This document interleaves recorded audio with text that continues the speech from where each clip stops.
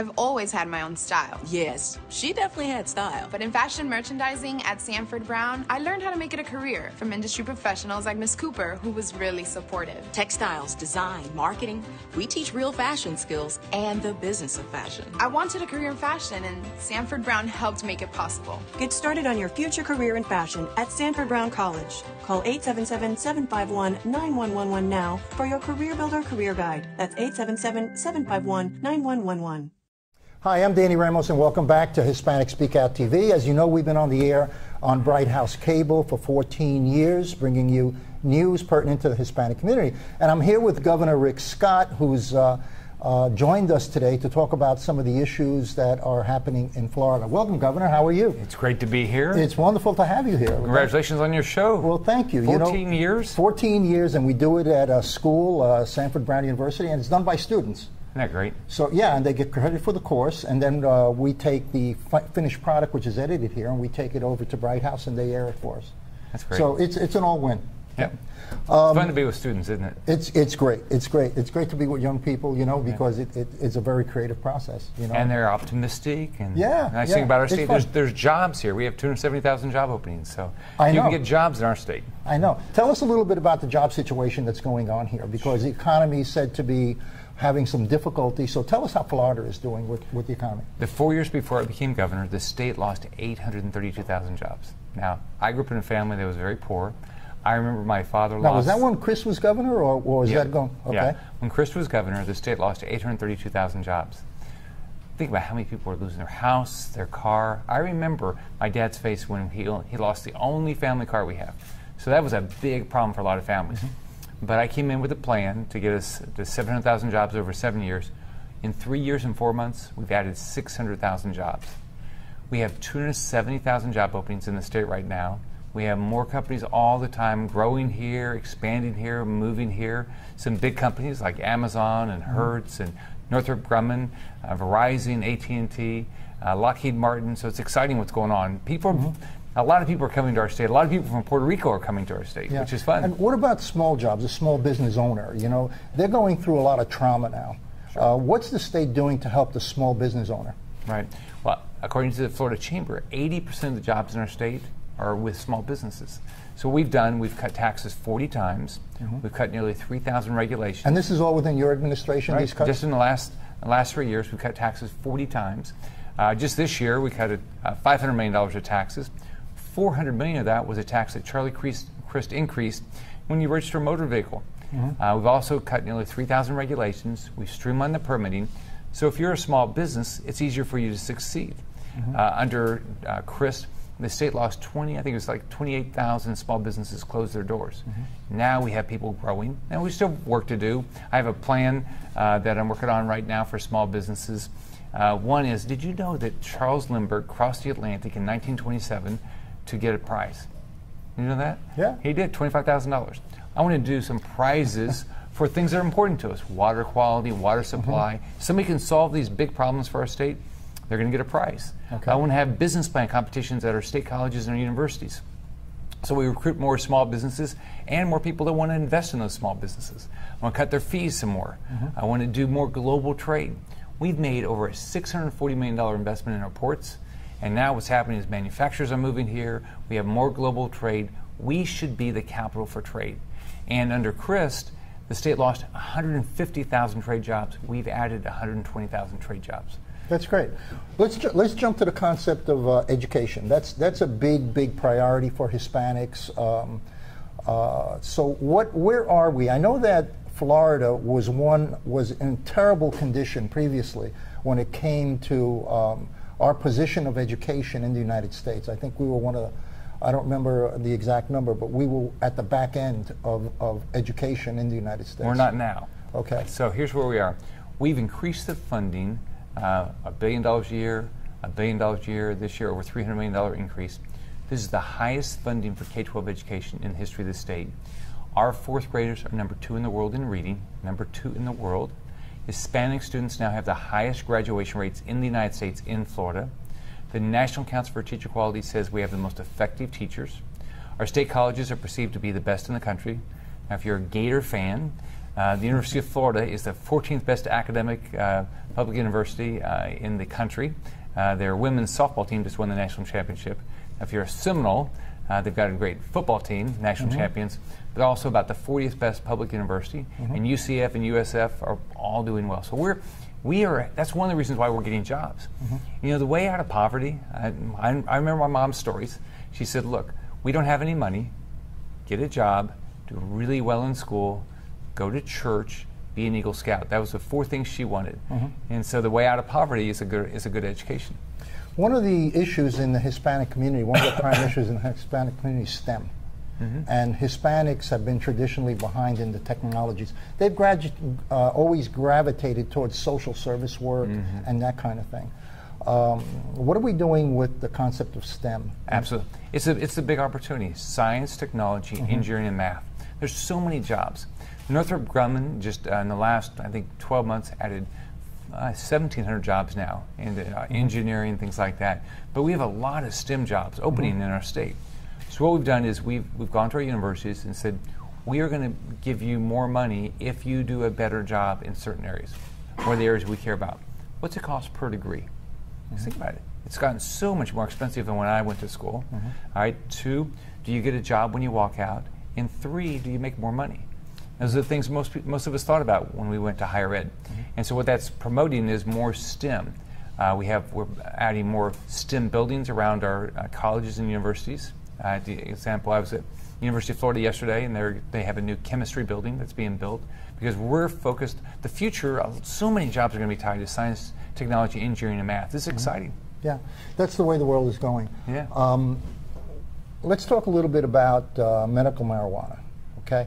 Now, the medical marijuana, they're using the word marijuana, but the actual medical benefit comes from the CBD aspect of, you have the THC, which is what gives you that high factor, and then you have the CBD. How do you feel about having CBD extracted and used and distributed from hospitals as, and why don't they change the name instead of calling it medical marijuana? Why don't they just change it and say what it is, you know? Well, we passed legislation this year to do basically that. It's a strain called Charlotte's Web. It's generally used for children that have epilepsy. Yeah. And so we passed legislation this year that I will be signing when it gets to my desk that will allow these young people to use this. And I want people to get health care. I want to make sure it's safe for all of our citizens. So we have to look at opportunities to provide better health care all the time. Okay, talking about health care, how do you feel about Obamacare? Well, it's not good for our citizens. I mean, here's what we're hearing. People are losing their insurance. The president said that wouldn't happen. They're doing that. Their plans are changing. The president said that wouldn't happen. It's happening. The costs are going up. The president said it would go down. It's not. People are losing their doctors. The president said they wouldn't. So if you look at, here's the way I think about it. For you or your family, your health care is getting worse. It's more expensive. It's getting harder to get a doctor. They're rating Medicare Advantage. Our citizens have paid in for Medicare. They're rating Medicare Advantage to pay for Obamacare. On top of that, we're putting our companies at an economic disadvantage to a company in another country where they don't have to comply with something like this. And why should the government be telling us what we need to buy? I mean, we should be able to buy what we want to buy, not what they want us to buy. One last question. There seems to be a lot of major Fortune 5s leaving the United States. Okay, when you go Doesn't to that scare you that people want to move? It scares the heck out of me. I want jobs here. I grew up with that, with my parents struggling for work. I want the jobs well, I want them in Florida, but I want them in America. Yeah, I heard that Pfizer is thinking of going to London for their headquarters. Now, Pfizer was a company that I did consulting on, and they were on 42nd Street in New York, and I worked with them for about 15 years. 3 weeks ago, I heard that they're thinking about moving everything to London. And then you get companies like Colgate-Palmolive. Colgate I also know very well, and they moved over 20,000 jobs overseas, and now all they have is their sales and marketing side here, but all the manufacturing has left. How do we put a plug in that? Our federal government has to change its direction. We can't have the highest corporate tax rates in the developed world. We can't have more regulation than the rest of the world. We can't have an anti-business attitude and say that your kids, my grandkids, and your grandkids are going to get jobs. They're not. We're making it too difficult to do business. We've got here's the way I think about it. You buy things. We all buy things. Companies buy things. How many times have you ever said, you know, I'll pay a little bit more because I know that company's headquartered in a high tax area? Ever done that? No. Or they have more regulations to comply with? We've got to understand if we want jobs for our kids and our grandkids, which pays for education, which pays for public safety, which pays for the things we care about, healthcare, then we better get more jobs here. And we can't do it by making it more difficult to compete, which is what we're doing. This country, and we're doing the right things in Florida. We are making it a better place. That's why we're winning. Our real competition is Texas, and we're gonna beat them as far as the best place to do business. But our federal government is causing us a lot of problems. One last question. Students, young children that were brought here, and they've been undocumented students that were brought here when they were 2, 3 years old, 4 years old. They had nothing to do with the decision of coming here. How do you feel in relationship to their educational opportunities? I want every child in our state to have the chance to live the dream. The dream is get the education you want. So under Charlie Crist, he signed legislation that had our tuition going up 15% a year. 15% a year. That means we couldn't afford that. On top of that, you could not, you know, if you grew up here, you should have the same right to in-state tuition as your peers. So fortunately this year we stopped these Charlie Crist tuition increases, and we said, you grew up in our state, you're going to have the same opportunity for in-state tuition.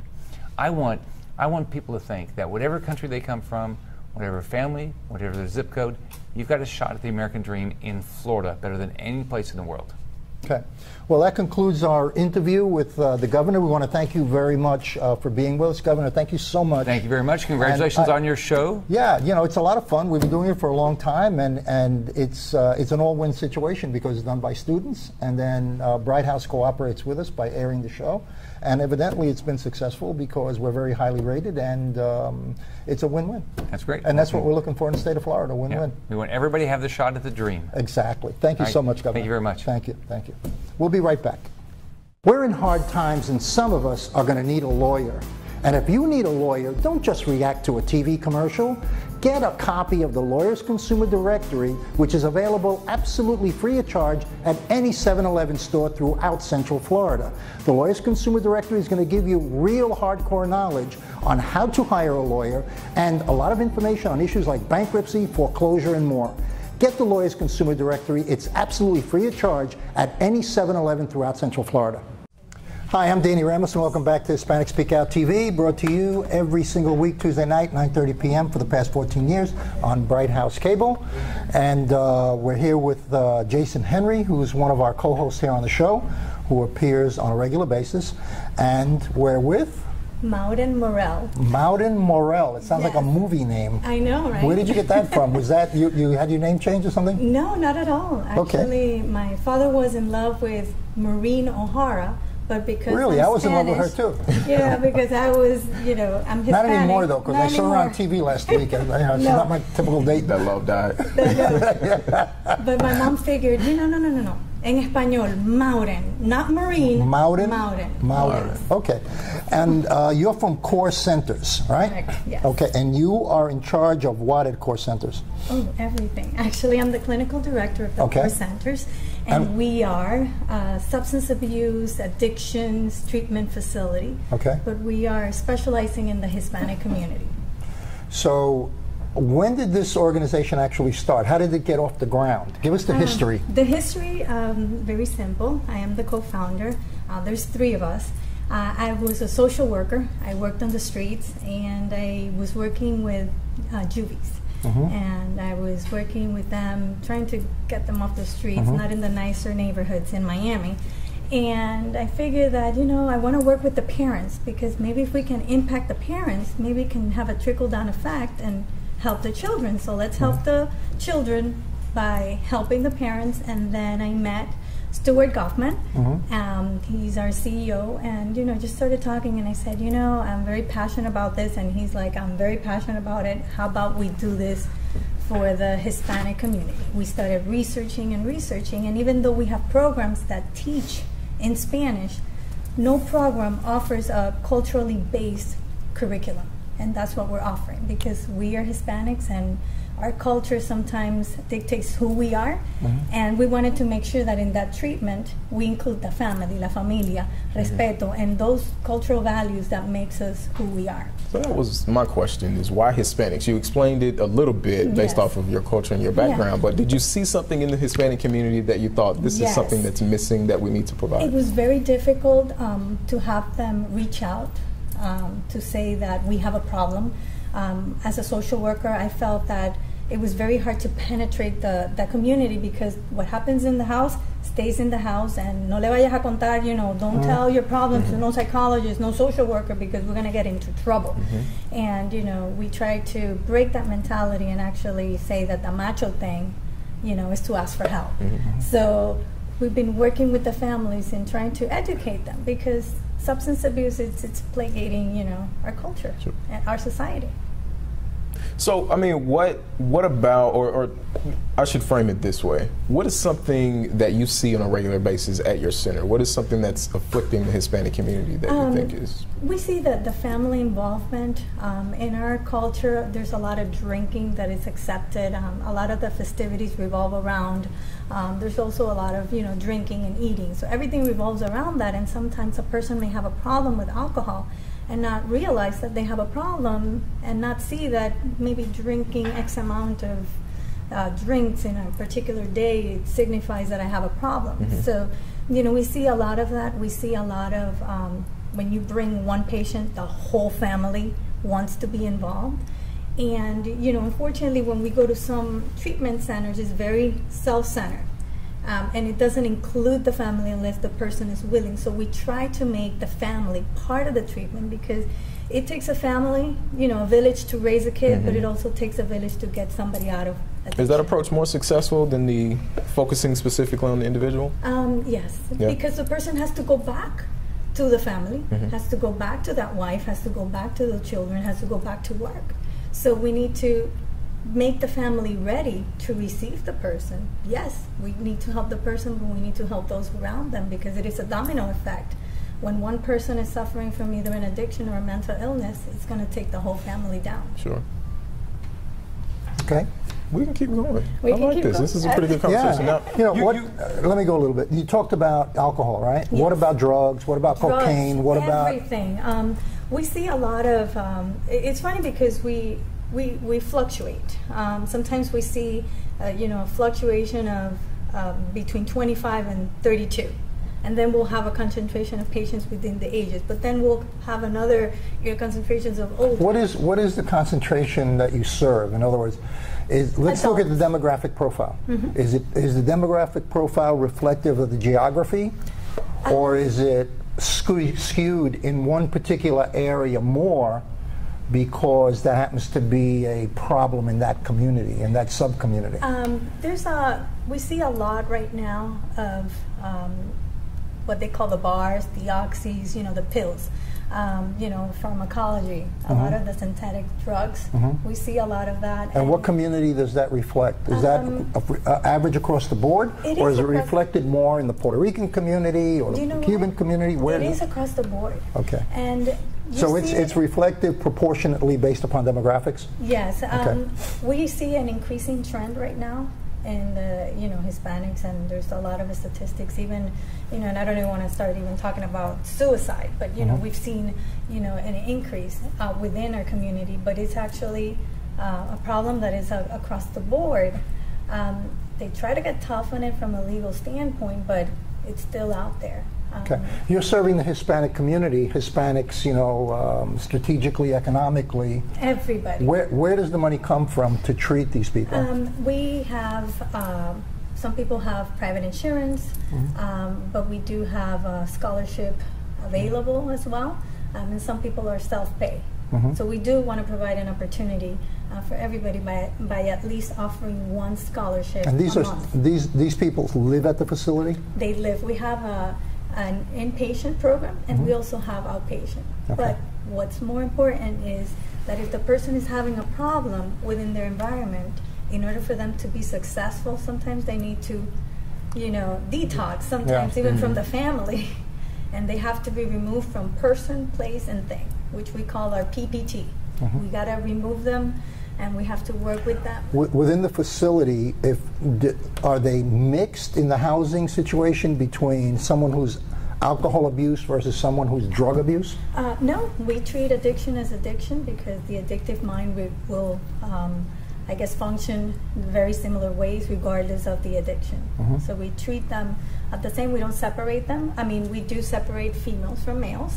They're separated within the residential facility. Yeah. What is your average age? Is there a concentration on age levels? Because right now, we have a big problem in our community, Hispanic community, with drugs. Yes, right now. With youth. Yes, it's between 25 and 35. You know, we're seeing the trend. Now, it is very difficult, let's say if you're a father, you're the provider, and you have an issue with substance abuse, to kind of like put your life on pause. And for you to go voluntarily, I mean, you have to like hit ground really hard, or have things removed from you, or be ordered into treatment. And that's who what we see. The court orders you into treatment? Sometimes the court can order you into treatment. Sometimes a person may be charged with a DUI. Sometimes a family can apply for a Marchman Act. Sometimes there may be a domestic violence situation, and they may say, you know what, in order for you to have visitations with your kids, we will require you to have treatment. So there can be a lot of situations that can order a person. Sometimes divorce proceedings, sometimes probate. You're not going to get this trust unless you, you know, you're clean from drugs.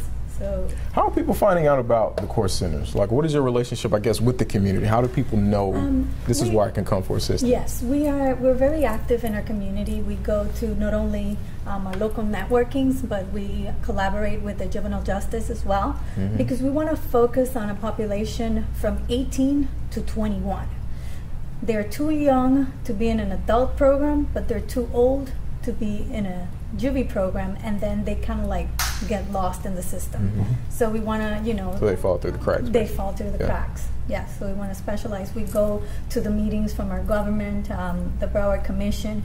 We attend those meetings. We attend our local AA and AA meetings, and just out in the community. And this is in Fort Lauderdale. This is in Fort Lauderdale. Yes. Okay. Okay. Right. Do you go throughout Florida to recruit, to get patients into your system? Yes, we have people from throughout Florida. We have people from different states. We have people from different countries. Okay. Spanish All right. countries. Well, we just ran out of time. I know. So welcome, and we're going to do another interview with you, okay, so that we can present the rest of your program on the next show.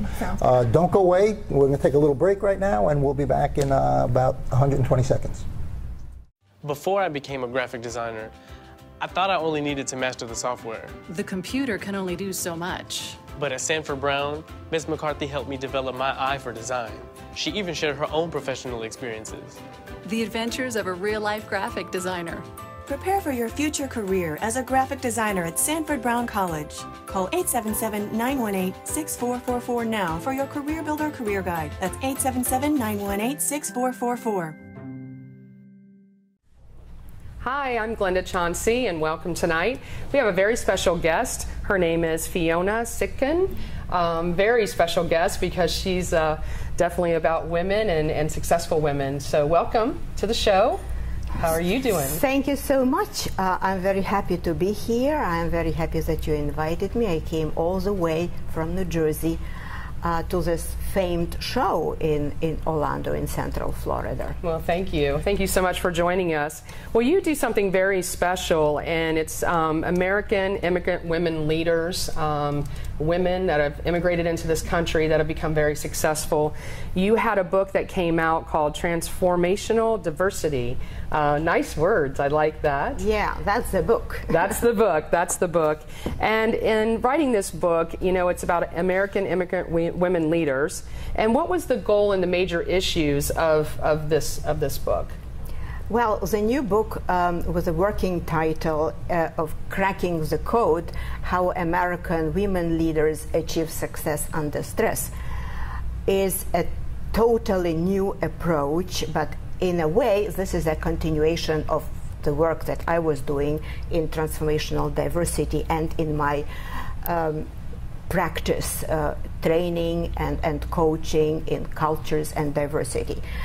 This book is about immigrant women, about their vulnerability, special vulnerability of immigrant women. It's also about the need for all immigrants to crack the immigration code, that is, the complex set of mostly unknown socio-economic rules of the game that they need to acquire in order to be successful in a new country. Yeah. It's That's interesting. what they you knew have a about. great accent, and of course I asked you before we started the interview where you were from.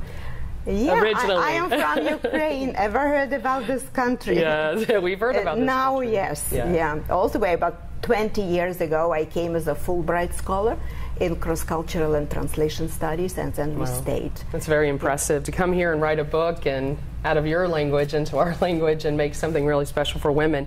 Why did you decide to focus on women immigrants? Why is that so important to you? The immigrant women are a very important and growing demographic. According to the Center for Immigrant Studies and Center for American Progress, immigrant women are now 55% of all immigrants for the last 15 years. And this is growing. Previously, as you know, they were mostly men coming to this country and sending money home. Wow. Now it is women, and immigrant women are now 12% of all women population in this country. What's interesting is that immigrant women are 13% business owners, while the native-born women are only 12%. So immigrant women are more active in business. And what really fascinates me is that immigrant women are a little bit more educated than the native-born. They are like 11.2%, and native-born are 10.1% of masters, PhDs, professional degrees. So immigrant women are now becoming a very intensive market, labor market and consumer market. At the same time, they are underserved and they are stigmatized at work, and it's in the best interest of our country to make them happy and more productive where they are and whatever they are doing. Well, you obviously have some heroes. There's got to be some people that you followed through your travels of knowing and writing these books. Who would you say or identify those heroes? The heroes of the book are, as I think, 50 women, and I'm going to write a narrative portrait of all of them, nice. Plus an interview analyzing their ups and downs, how they came to this country, how they, struggled, how they not only survived but also thrived. And among those 50, there are a few celebrities. For example, Ivana Trump or Isabella Allende. And 50 others are only covered by one-page sketches. Those are also very, very famous, like Madeleine Albright, for example. But those who either did not have time to give an interview or I just couldn't reach out to them. Right, right. How about here in Florida? Do we have a special person here in Florida that comes into mind? Yes, and my absolute favorite is Rosa de la Cruz. If you heard about her, she is a famous art collector and philanthropist, and she actually redefined the meaning of art philanthropy in this country. Her 30,000 square feet building that she built with her husband houses a huge collection of our I wish days. we had a little bit more time, because it sounds very exciting about what you're doing. We really appreciate you being with us this evening. Thank you so much, and have a good evening.